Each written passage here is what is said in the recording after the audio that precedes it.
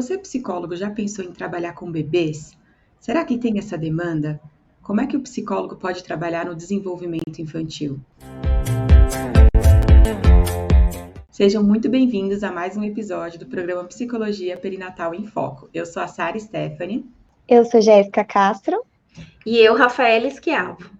E no episódio de hoje nós vamos falar sobre uma oportunidade para psicólogos na avaliação do desenvolvimento infantil. Então convida seus colegas de profissão para vir aqui se inteirarem dessa temática e a Rafa vai tirar todas as dúvidas aqui no episódio de hoje. Sara, vamos então à primeira pergunta de hoje? Vamos lá. Rafa, por que é uma oportunidade psicólogos atuarem na avaliação do desenvolvimento infantil? Porque não tem ninguém fazendo isso. Então, a gente tem aí um mega filão na mão. A avaliação do desenvolvimento infantil hoje no Brasil funciona mais ou menos assim. Quando a criança ela nasce muito prematura, ou quando ela nasce com alguma má formação, alguma anomalia, necessidade especial, elas são encaminhadas para alguns espaços governamentais, na maioria das vezes, para receber a avaliação do desenvolvimento do bebê, que é chamado de intervenção precoce, tá? Então, a intervenção precoce é que a gente já sabe que as crianças que nasceram nessas condições de risco, elas têm uma chance maior de apresentar atrasos no desenvolvimento. Então, ao invés, né, de você esperar acontecer o atraso para depois, né, oferecer a estimulação, a intervenção precoce, ela é justamente o fato que você, então, vai intervir, né, para ser um fator de proteção para aquela criança que já nasceu com um fator de risco para atraso no desenvolvimento.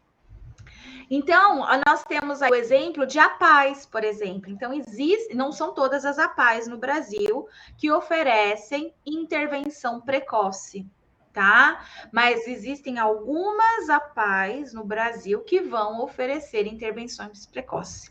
Que outro espaço a gente encontra também intervenção precoce? Em algumas universidades, que elas oferecem atendimento clínico. Então, dependendo de onde você mora, você tem essa possibilidade também, né, de estar aí em alguma universidade que ofereça intervenção precoce. E algumas filantropias, né? Então, existem alguns órgãos aí filantrópicos também que são parceiros do governo de alguma forma, né? Que recebem aí do governo e oferecem esse trabalho. Agora, são raríssimos a oferta desse serviço no particular, tá? Então, a gente não encontra psicólogos, por exemplo, que podem sim fazer um serviço de estimulação precoce, de intervenção precoce, ter associação com outros profissionais, como fonoaudiólogos, pediatras, nutricionistas, fisioterapeutas, terapeutas ocupacionais, percebe? E ter, né, essa parceria com outros profissionais e apresentar uma clínica particular que faça esse serviço. Não existe, tá? São raras as que existem. Eu não vou dizer que é zero no Brasil, tá? Mas assim, acredito muito que são menos de 10 espalhadas em todo o Brasil. Clínica particular que ofereça esse serviço. Porque são profissionais que não estão olhando para isso. São profissionais que até querem trabalhar com a estimulação precoce, com intervenção precoce. Mas eles estão atuando lá no hospital, lá na APAE, lá na clínica escola, tá? Então, eles estão atuando nesses espaços aí, fazendo a intervenção precoce. O fato é que psicólogos, olha só, a gente aprende lá na graduação Psicologia do Desenvolvimento Humano. E quando a gente trabalha com psicologia do desenvolvimento humano, lá na graduação, a gente já aprende um pouquinho sobre, né, como, o que esperar na realidade do desenvolvimento dos bebês a cada etapa. E então, psicólogos podem oferecer esse serviço, devem oferecer esse serviço quando tem conhecimento sobre esse serviço, né? Claro que nenhum psicólogo vai sair por aí ofertando intervenção precoce se não sabe fazer a avaliação do desenvolvimento do bebê, se não aprendeu isso, se não tem curso sobre isso, experiência nessa área. Então, não adianta. Então, o psicólogo, obviamente, precisa ter o mínimo de conhecimento possível para ofertar esse serviço, mas não estamos ofertando, tá? Então, é interessante o quanto, né, que existe de pais e mães querendo esse tipo de serviço, porque pai e mãe, muitas vezes, vai ter que lidar com a primeira vez que eles vão ter que lidar com o bebê é com o seu próprio filho. Muitas vezes, pai e mãe nunca teve que lidar com um bebezinho na vida. Ele nem se lembra, porque hoje as famílias, muitas vezes, elas estão tendo no máximo 2 filhos, e mesmo assim a distância de idade deles é aproximadamente 2 anos. Ou seja, se aquela criança é 2 anos mais velha que a outra, ela não cuida daquele bebê, ela não vai nem se lembrar, né, de como que era cuidar de um bebê, brincar com o bebê. Então, na maioria das vezes, os adultos hoje, a primeira experiência com bebês que eles estão tendo na vida é com o próprio filho. Então, ele não tem parâmetro para identificar se o desenvolvimento que a criança está apresentando é esperado ou não é esperado, porque não é todo mundo que fez curso de psicologia e teve psicologia do desenvolvimento na grade, né? Então, esse sujeito que é pai e mãe não sabe identificar se a criança está ou não apresentando o desenvolvimento adequado para a idade dela. E aqui eu estou falando, inclusive, de crianças que nasceram sem qualquer condição de risco, tá? Porque nós temos vários bebês que nasceram sem qualquer condição de risco e que ainda assim apresentam atraso para o desenvolvimento. Só para vocês terem uma ideia, aos 6 meses de idade, 40% dos bebês estão apresentando algum comportamento que já deveriam estar realizando e não estão. 40% dos bebês aos 6 meses, bebês que nasceram sem condição de risco, tá? Sem nascer com qualquer deficiência, anomalia, síndrome, prematuridade, baixo peso. 40% dos bebês que nasceram em condições normais do desenvolvimento estão apresentando pelo menos um comportamento que deveriam estar realizando aos 6 meses e não estão, por falta de estimulação. Quer dizer, os pais não estão recebendo essa orientação. Eles não sabem como comparar os bebês, né? Porque eles não têm outras crianças para comparar, não foram pais de muitas crianças como era antigamente, não tiveram que cuidar de outras crianças e com isso eles não sabem. Então, a questão é: precisamos de psicólogos para oferecer intervenção precoce, tanto para aquelas crianças que nasceram baixo peso, prematuro, com alguma síndrome, quanto precisamos também de psicólogos com interesse nessa área para oferecer estimulação ou ensinar os pais como estimular o que é certo, o que é errado, o que é esperado e o que não é. Para esses pais de bebês que nasceram sem fator de risco nenhum. E vocês acham que um serviço como esse, sendo ofertado para pais, os pais não vão adquirir esse tipo de serviço prestado pelo psicólogo? Gente, sinceramente, Eu não faria isso porque eu sou, né, uma pessoa que entende muito de desenvolvimento infantil. Eu mal posso pegar um bebê no meu colo, que coitado, né? Eu já tô lá com os chacoalhinhos na mão para ver se ele tá seguindo com o olho, se ele tá virando a cabeça, se ele tá escutando o som. E aí as minhas amigas, elas adoram, né? Porque elas não sabem avaliar o desenvolvimento do bebê, então elas adoram que quando eu pego a criança, em vez de falar, ai, que criança gracinha, bonitinha, vou brincar com ela, não, eu fico lá fazendo a avaliação do desenvolvimento. Acaba sendo automático. E aí minhas amigas amam, né? Elas adoram, minhas parentes e tudo mais. Enfim, então eu não vou falar que eu faria isso. Mas eu conheço muitas das minhas amigas e das minhas parentes, e eu acredito que você também aí deve conhecer, galera que está assistindo, né? Sara e Jéssica também. Se a pessoa muitas vezes tem recurso financeiro e descobre que, olha, eu posso ajudar na estimulação do desenvolvimento do meu bebê, pagando tanto mensal para o psicólogo, para eu poder levar o meu bebê lá uma vez no mês, para o psicólogo fazer uma avaliação, para eu saber se meu bebê está com desenvolvimento adequado ou com atraso, ou se tem algum risco de atraso, esse psicólogo ele já vai fazer a intervenção. Tenho certeza que a gente conhece muitas pessoas que pagariam o psicólogo para fazer esse tipo de papel, esse tipo de serviço. Só que o psicólogo não está ligado que ele pode oferecer esse serviço. Ele não está ligado. Né? Ele não está... Gente, é um serviço que está escasso, que não tem, está aberto. Nós precisamos de clínicas, de psicólogos que atendam essas necessidades dos pais, não é nem dos bebês, é dos pais, né? Então, você precisa ofertar isso. É dinheiro que você está deixando na mesa. Se você é psicólogo e está reclamando aí que está difícil a clínica, que está difícil, que na cidade ninguém procura o psicólogo, que ninguém paga, né? O que é porque você não está sabendo oferecer, ou porque você não tem o conhecimento mesmo, né? E tá tudo bem.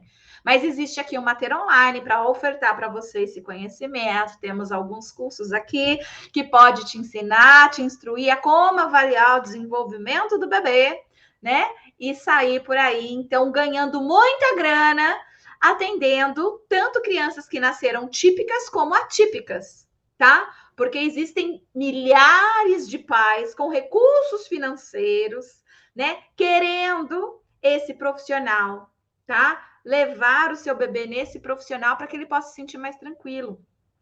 Ainda mais, gente, que esse tipo de avaliação para bebês que não nasceram em condições de risco é uma vez só no mês. Não é semanal, toda semana. É uma vez só no mês.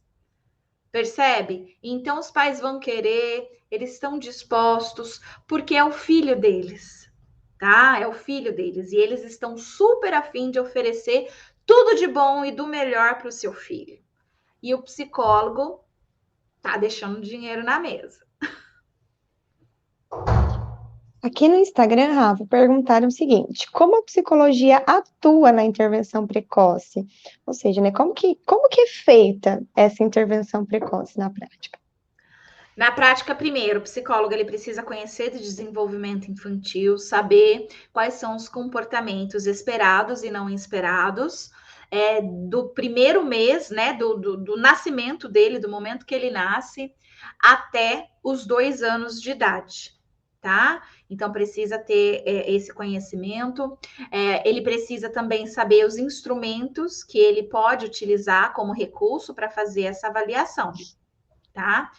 E aí, então, ele tendo essas informações sobre o desenvolvimento do bebê mês a mês e sabendo, tendo um domínio sobre o instrumento que ele vai utilizar para fazer a avaliação, é isso que ele precisa para... Qual que foi a pergunta mesmo?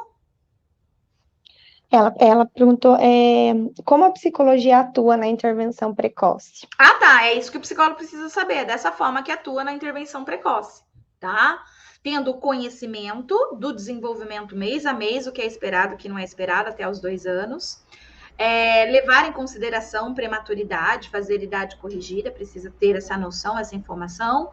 Escolher um bom instrumento para fazer a avaliação do desenvolvimento do bebê e dominar, claro, a aplicação desse instrumento, né? Então, vai precisar saber desenvolvimento infantil, da primeira infância, para poder atuar, né, nessa área, tá? Então, é assim que o psicólogo vai oferecer isso. E, claro, quando a gente vai estar lidando com crianças com alguma síndrome, por exemplo, é necessário que a gente tenha parcerias com outros profissionais também. Então, é possível você ter a sua clínica atendendo como psicóloga e, ao mesmo tempo, fazer parceria com uma fonoaudióloga, com uma terapeuta ocupacional, com uma fisioterapeuta, por exemplo, né? Para algumas questões que funcione melhor com esses profissionais.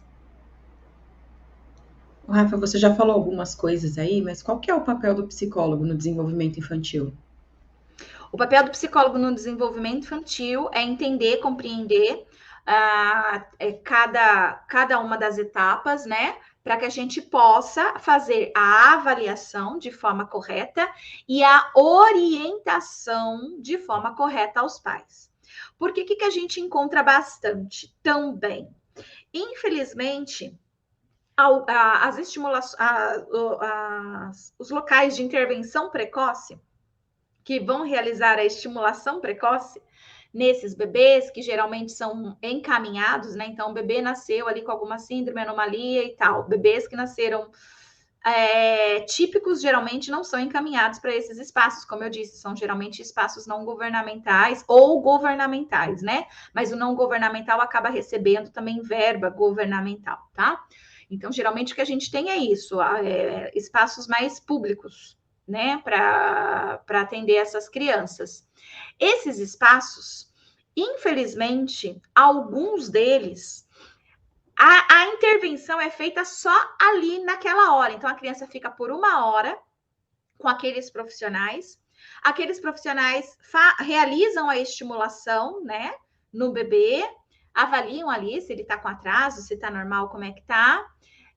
Às vezes falam alguma coisa para os pais, né? Olha, tá com atraso aqui e ali, né? E manda embora para casa, sem orientação. Sem orientação.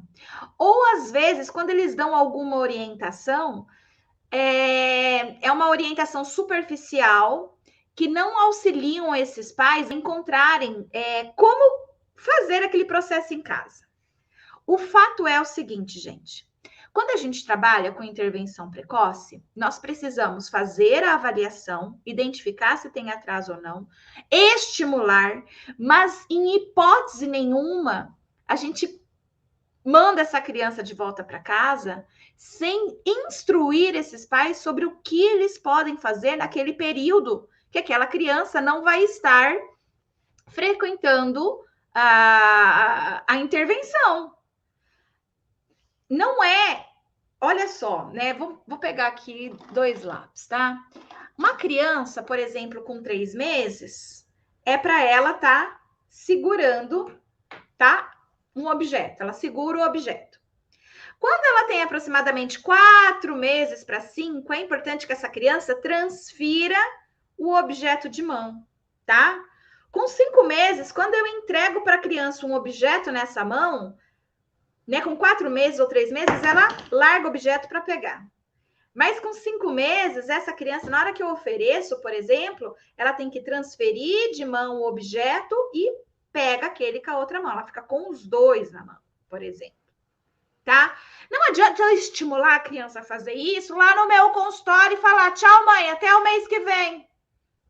Eu tenho que dizer para essa mãe, né? Eu vou chamar ela pelo nome, não vai chamar ela de mãe, pelo amor de Deus.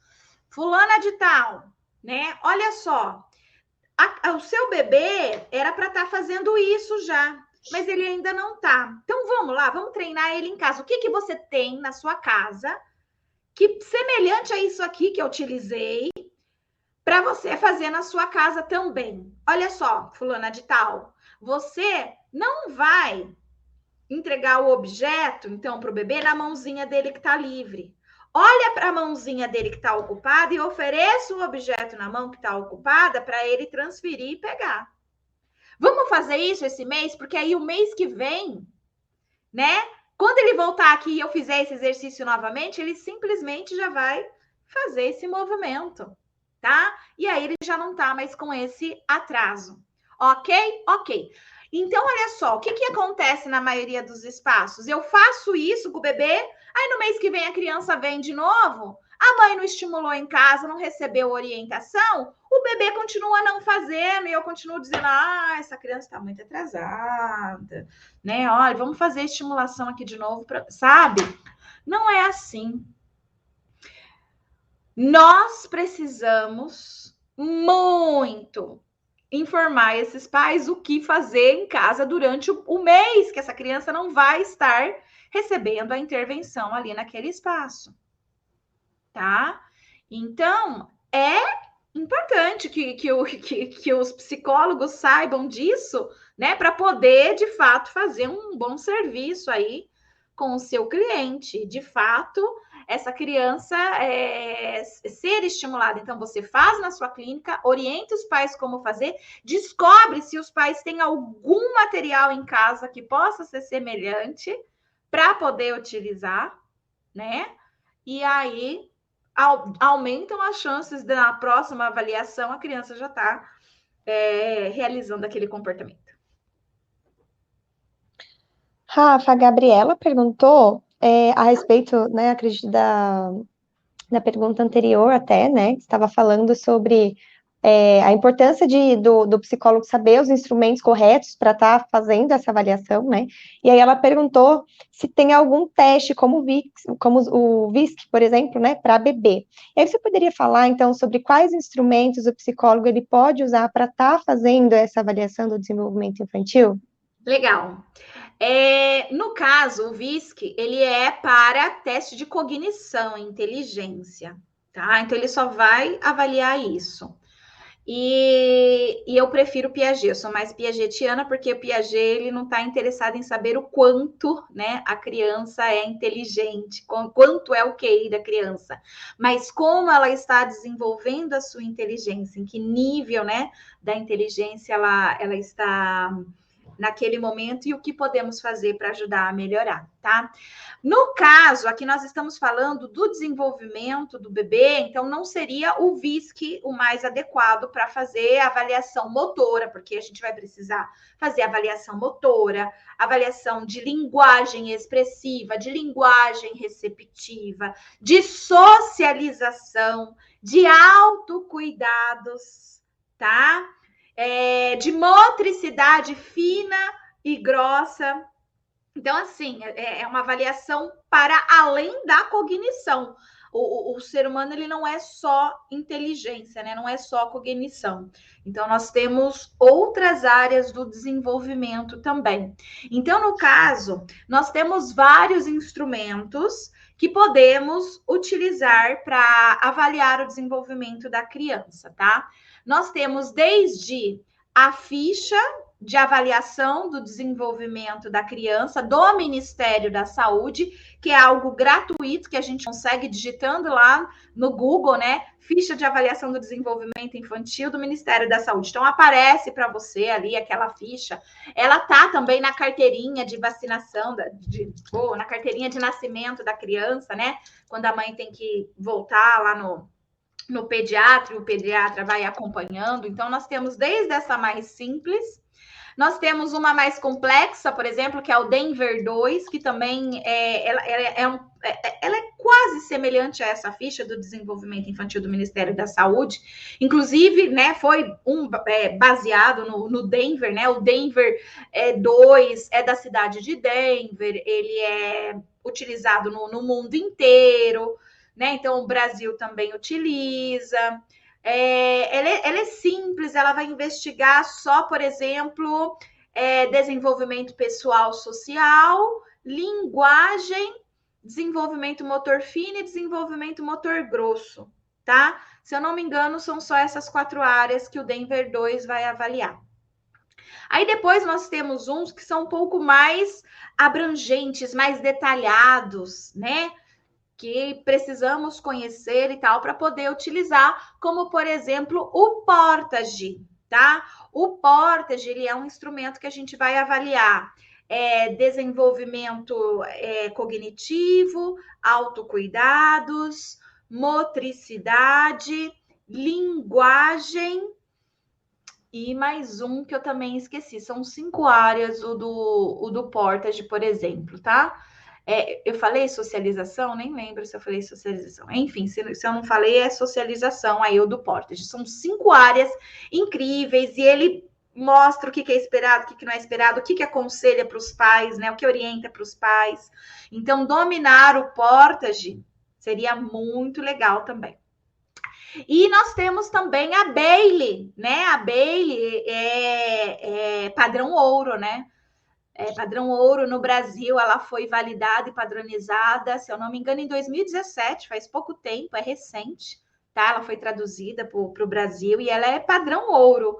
A Bailey também, ela vai avaliar linguagem expressiva, linguagem receptiva, motricidade grossa, motricidade fina, cognição, tá? E, se eu não me engano, autocuidados, tá? Então, ela também é extremamente eficiente. E claro que vão existir outros aí também, mas se eu for recomendar, eu recomendo desde o mais simples ao mais complexo, né? Esses aqui que eu acabei de falar. Mas você precisa dominar esses instrumentos também, né? Conhecer, comprar, ler, entender. E a maioria desses instrumentos, ou melhor dizendo, todos esses instrumentos, eles vão até 6 anos de idade, tá?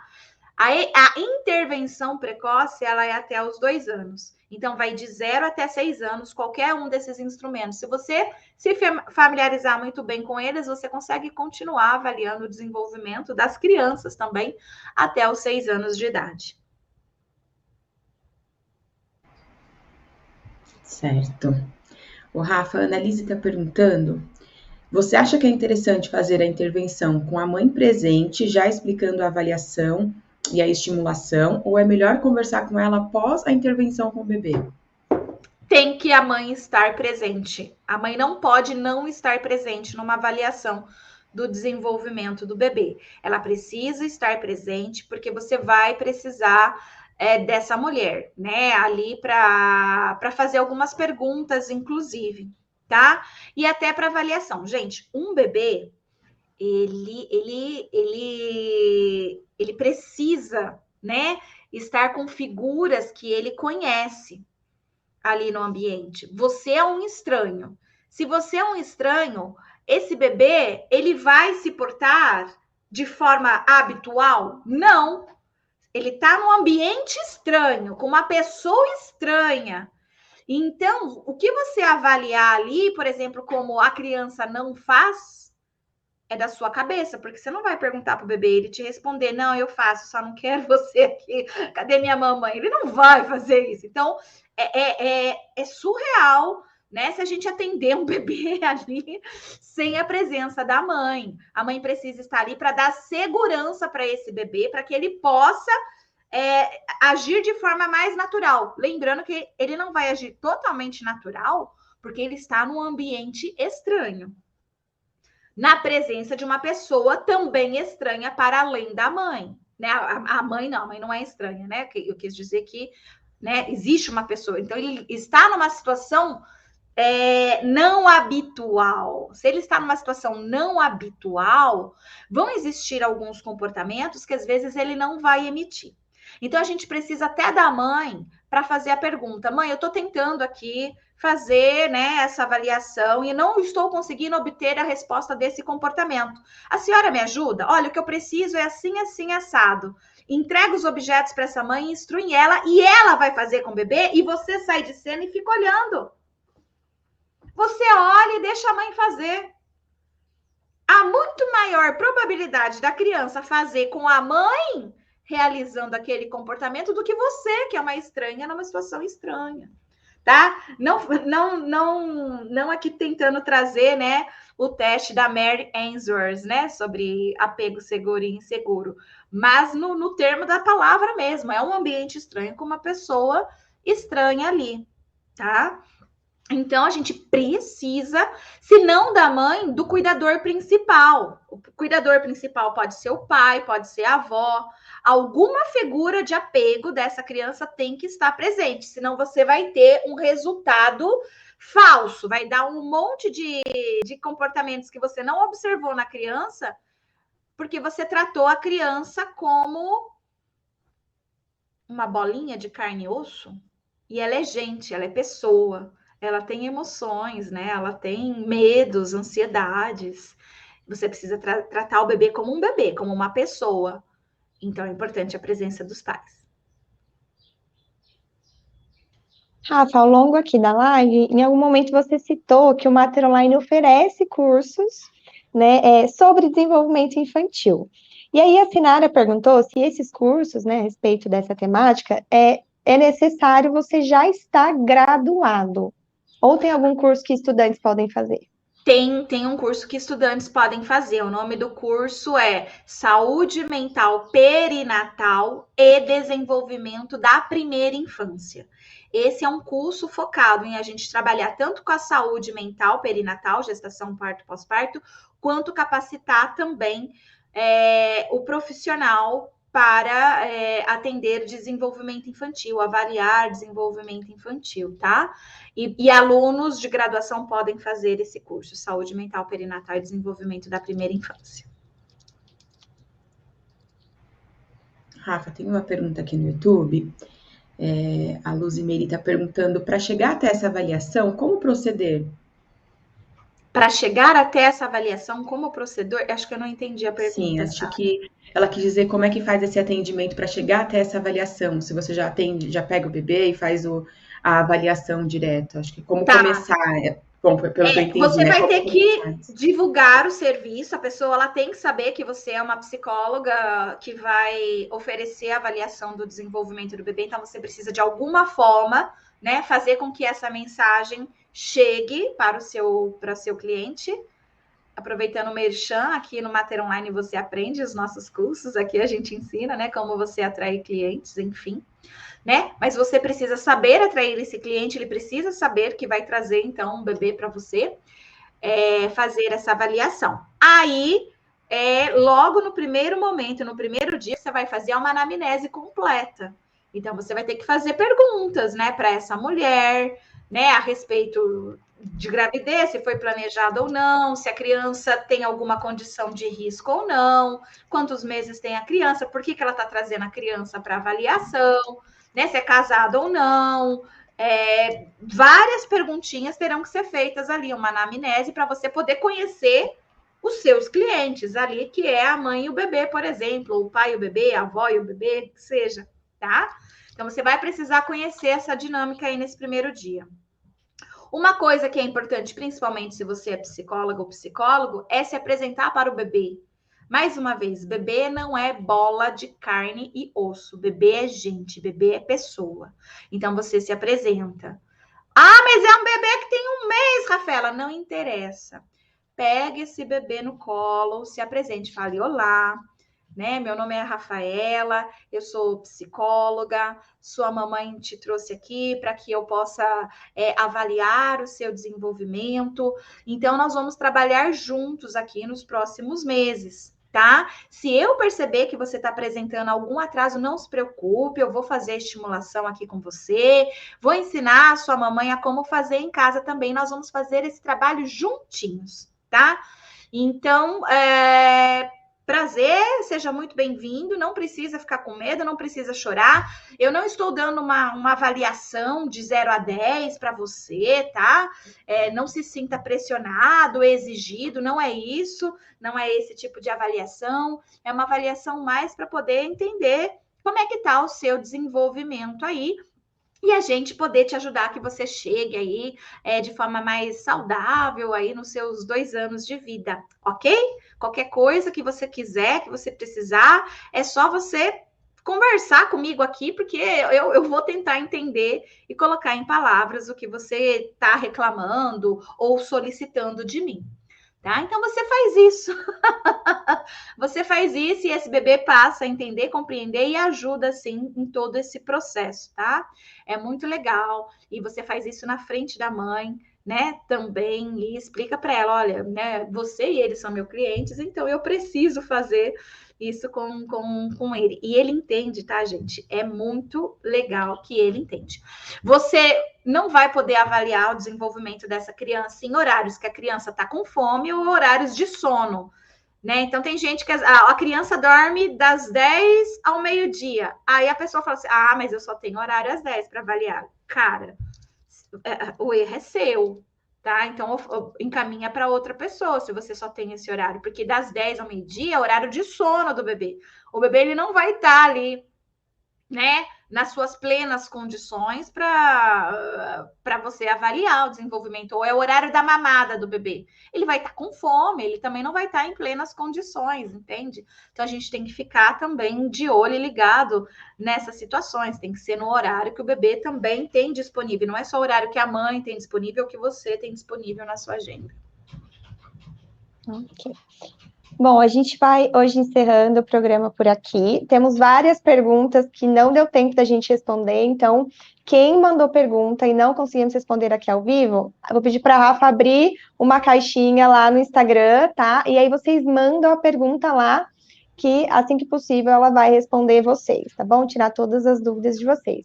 Queria agradecer a participação de vocês aqui. Adoro quando vocês interagem bastante, tem bastante perguntas, acho que é super dinâmico, a troca é bem enriquecedora. E aproveito para convidar vocês, para quem ainda não está no nosso canal do Telegram, Profissionais em Ação, entra para o nosso canal, que lá tem conteúdos diários, além também de conteúdos que nós temos no Spotify.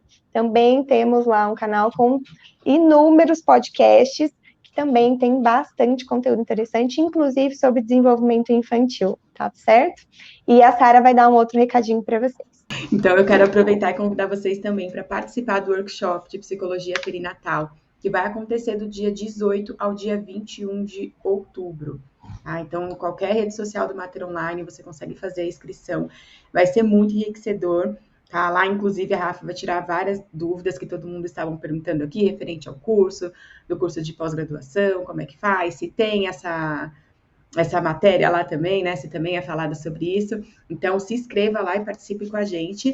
Tá? Então, muito obrigada a todos vocês que ficaram com a gente. Dia 19 a gente está de volta. Tchau, tchau.